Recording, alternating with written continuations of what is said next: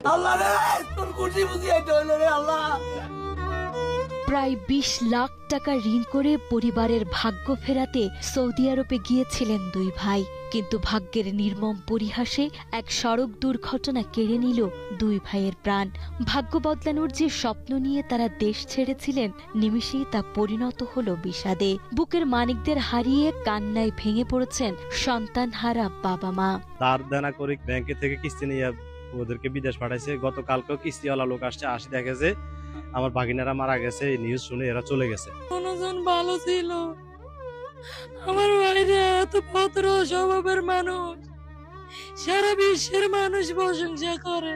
লক্ষ্মীপুর জেলার চন্দ্রগঞ্জ উপজেলার গণিপুর গ্রামের আব্দুল মালিকের দুই ছেলে ফয়েজ আহমদ সজীব ও ফরহাদ হোসেন সুজন সংসারের অভাব ঘোচাতে কয়েক বছর আগে প্রায় ১৪ লাখ টাকা ঋণ করে বড় ছেলে সজীবকে সৌদি আরব পাঠায় তার পরিবার। কিন্তু অবস্থার তেমন উন্নতি না হওয়ায় মাত্র ৮ মাস আগে আরও ৬.৫ লাখ টাকা ঋণ করে ছোট ছেলে সুজনকেও সেখানে পাঠানো হয়। গত বুধবার রাতে খেজুর বোঝাই গাড়িতে করে ওয়াদি আল দাউসির এলাকা থেকে রিয়াদ যাওয়ার পথেই একটি প্রাইভেট কার লরিকে সজোরে ধাক্কা দিলে ঘটনাস্থলে প্রাণ হারায় দুই ভাই।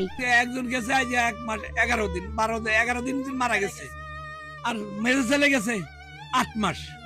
তখন গাড়ি দুর্ঘটনায় দুনো ভাই মারা গেছে একসাথে। ফ্যামিলিকে কিছু উপার্জন করার জন্য তারা সৌদিতে গেছে, রেমিটেন্স যোদ্ধা হিসাবে তারা সৌদিতে গেছে। পার্শ্ববর্তী মানুষজন ফোন দিছে, তারপরে ওনারা ফোন দিয়ে যা বলার পরে তারপরে আমি যে বুঝছি যে আমার দুই ভাই আর বাঁচি নেই। আমি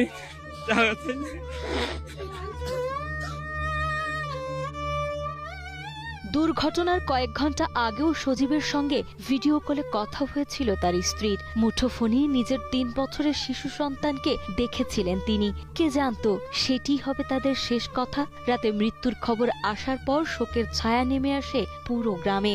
উঠোন জুড়ে এখন কেবলই বাবা মার বুক ফাটা আর্তনাদ আর স্বজনদের আহাজারি। বর্তমানে দুই ভাইয়ের মরদেহ দাম্মামের একটি হাসপাতালে রাখা হয়েছে।